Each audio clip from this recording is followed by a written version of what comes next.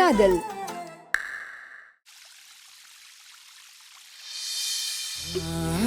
அக்கா நமக்கு ஏற்படுத்தி கொடுத்துட்டு போன அவமானத்துக்கு இந்நேரம் அந்த கமலம்மா சொன்ன மாதிரி நாண்டுகிட்டு செத்துருக்கணும். ஆனா இந்த அவமானத்தை துடைக்க எனக்கு ஒரு வாய்ப்பா அந்த சூரிய தம்பி கொடுத்துட்டு போயிருக்காரு. அதுக்கு நீதாமா பதில் சொல்லணும். சூர்யாவை கட்டிக்க சம்மதமான்னு உன்னோட சம்மதம் பல விஷயத்தை சரி பண்ணும். ஒன்று, நம்ம குடும்பத்துக்கு ஏற்பட்டிருக்க அவமானத்தை சரி பண்ணும். அதே மாதிரி உனக்கு ஒரு நல்ல வாழ்க்கை அமைச்சு கொடுக்குற சந்தோஷத்தை எனக்கு கொடுக்கும். இந்த வீட்டில் உன் அக்கா நல்லா சரிஞ்சு விட நிம்மதியை மறுபடியும் கொண்டு வரும். இப்படி பல விஷயத்தை சரி பண்ணும் தாயி. ஆனால் அமைதியாக இருந்து என்னை அவஸ்தைப்படுத்துறதை விட உன்னோட பதிலை சொல்லி இதுக்கு ஒரு முடிவை கொடுக்கையல்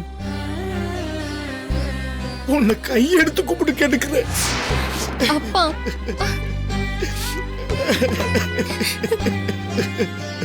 எனக்கு சம்மதம்பா. என்னம்மா சொன்ன? இந்த கல்யாணத்துக்கு நான் சம்மதிக்கிறேன்ப்பா.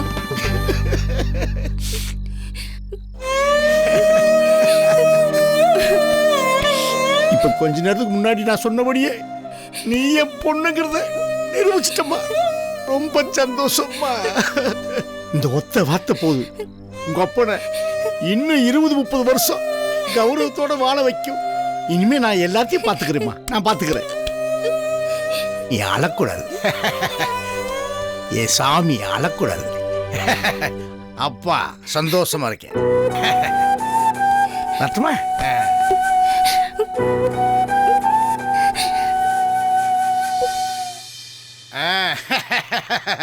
மாப்பிள மாமா, கையல் கல்யாணத்துக்கு சம்மதிச்சுட்டா. எல்லாரும் மசம் நிக்காம ஆக வேண்டிய வேலையை மட்டும் பாருங்க. இந்த கல்யாணத்தை எப்படி நடத்தணுங்கிறத நான் பாத்துக்கிறேன்.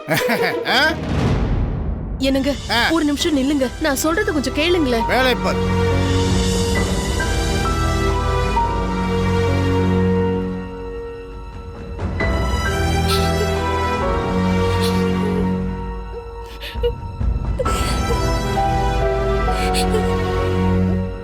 கயல், இங்க பாரு. அழாதடி. மாமா சொல்லிட்டு போறது உண்மையா கையல்?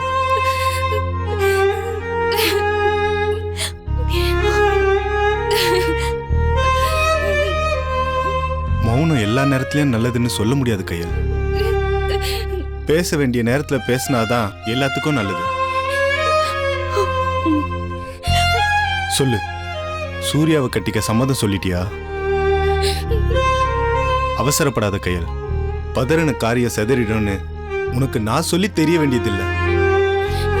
உன்கிட்ட துடுக்குத்தனம் இருக்கிற அளவுக்கு நிதானமும் எதையும் தீர்க்கமா யோசிச்சு முடிவெடுக்கிற குணமும் இருக்கு. அதுதான் உன்கிட்ட எனக்கு பிடிச்ச குணமே.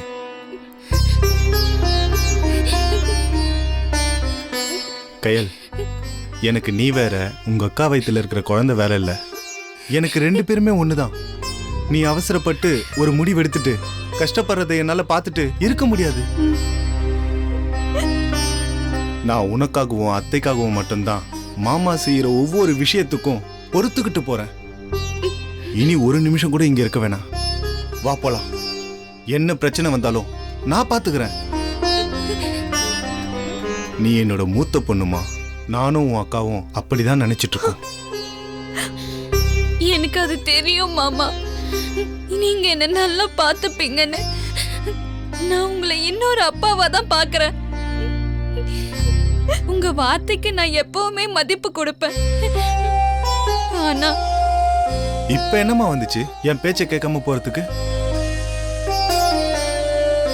கேட்க கூடாதுன்னு இல்ல மாமா, கேட்க முடியாத சூழ்நிலை. அப்பா செஞ்ச ஒவ்வொரு விஷயமும் தப்பாவே இருந்தாலும் பொறுப்பானவரா இல்லைனாலும் எங்க 3 பேரையும் அக்கறையாவும் பாதுகாப்பாவும் தானே வளர்த்தாரு. ஒவ்வொரு சின்ன விஷயத்துக்கும் எப்பவும் கௌரவம் பாப்பாரு.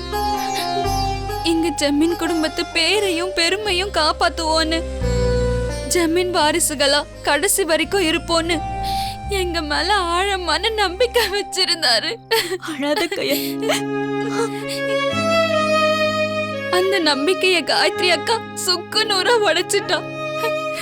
ஒண்ணு நல்லா தெரிஞ்சுக்கோங்க, கௌரவம் மட்டும் போச்சுன்னா அப்பா இல்ல. அவரு வெளியில எப்படியோ, ஆனா இந்த வீட்டோட ஆணி வேற அவருதான். என்னால அவரை எங்கேயோ விட்டு கொடுக்க முடியாது மாமா. அவரு மத்தவங்க முன்னாடி அவமானப்படுறதையும் அசிங்கப்படுறதையும் என்னால பாத்துட்டு இருக்க முடியாது. எங்க அப்பா வீட்டுக்கு சம்பாதிச்சு கொடுக்காதவரா இருக்கலாம், தற்பெருமை பேசுறவரா இருக்கலாம், ஆனா எங்களுக்கு அவர்தான் அப்பா. எங்க அம்மாவுக்கு அவர்தான் எல்லாம். அதனாலதான் மாமா நான் இந்த கல்யாணத்துக்கு சம்மதிச்சேன். எங்க அப்பா உயிரை காப்பாத்துறதுக்கு இதை தவிர வேற வழியே இல்ல.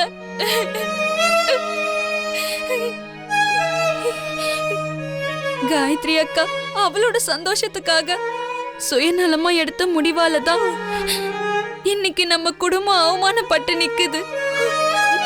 பல தடவை காயத்ரி அக்கா கிட்ட சொல்லி புரிய வைக்கிறதுக்கு ட்ரை பண்ண, ஆனா அவ புரிஞ்சுக்கல. சுயநலமாவே முடிவெடுத்துட்டா. ஒருவேளை முன்னாடியே காயத்ரி அக்கா விஷயத்த நான் அப்பா கிட்ட சொல்லியிருந்தா இவ்வளவு பெரிய பிரச்சனை வந்திருக்காதோ என்னமோ. தெரிஞ்சோ தெரியாமலோ இப்ப நடந்த அவமானத்துக்கு நானும் ஒரு காரணம் ஆயிட்டேன். அத நினைச்சா ரொம்ப சங்கடமா இருக்குக்கா. நீ சொல்றதெல்லாம் சரிதான் கயல். ஆனா நீ சின்ன பொண்ணு. நல்லது எது கெட்டது எதுன்னு பிரிச்சு பாக்குற வயசும் பக்குவமும் உனக்கு இப்ப இல்ல கயல். அதனால மாமா சொல்றத கொஞ்சம் யோசிச்சு பாரு கயல்.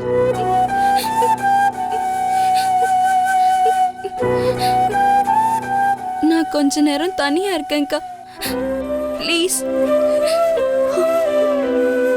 சரி வா கவிதா, அவ கொஞ்சம் தனியா இருக்கட்டும். அவளே ஒரு தெளிவுக்கு வந்துருவா, அப்புறம் பேசிக்கலாம். வா.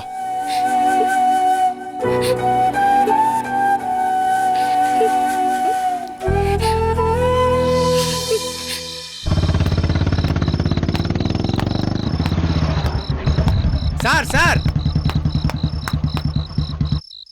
நலங்கு முடிஞ்சதுக்கு அப்புறம் கல்யாணம் முடிகிற வரைக்கும் வெளியில வரக்கூடாதுன்னு சொல்லுவாங்க. நீங்க என்னன்னா வெளியில இருக்கீங்க? ஏதாவது முக்கியமான வேலையா சார்? கல்யாணமே நின்னு போச்சேட்டையா. என்ன சார் சொல்றீங்க? கல்யாண பொண்ணுக்கு லவ் அஃபேர் இருந்திருக்கு.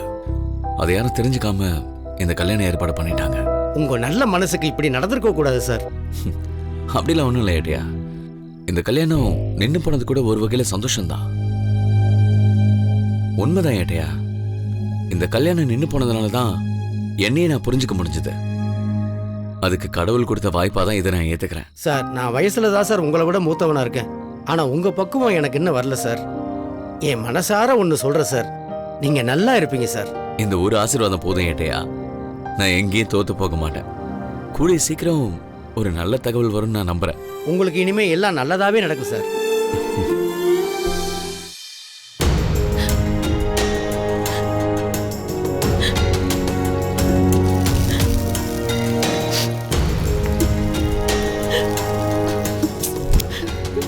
அம்மா, பால் பொங்குறது கூட தெரியாம அப்படி என்னம்மா அடுப்பு கிட்ட நின்னு பண்ணிட்டு இருக்க?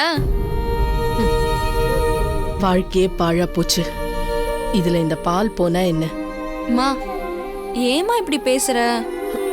எனக்குன்னு தான் இந்த வீட்ல எந்த ஆசையுமே இருக்க கூடாதுன்னு ஆயிடுச்சு. ஆனா நான் பெத்த புள்ளைக்கும் அதே மாதிரி ஆகுதுன்னு நினைக்கிறப்போ மனசு வலிக்குதுடி.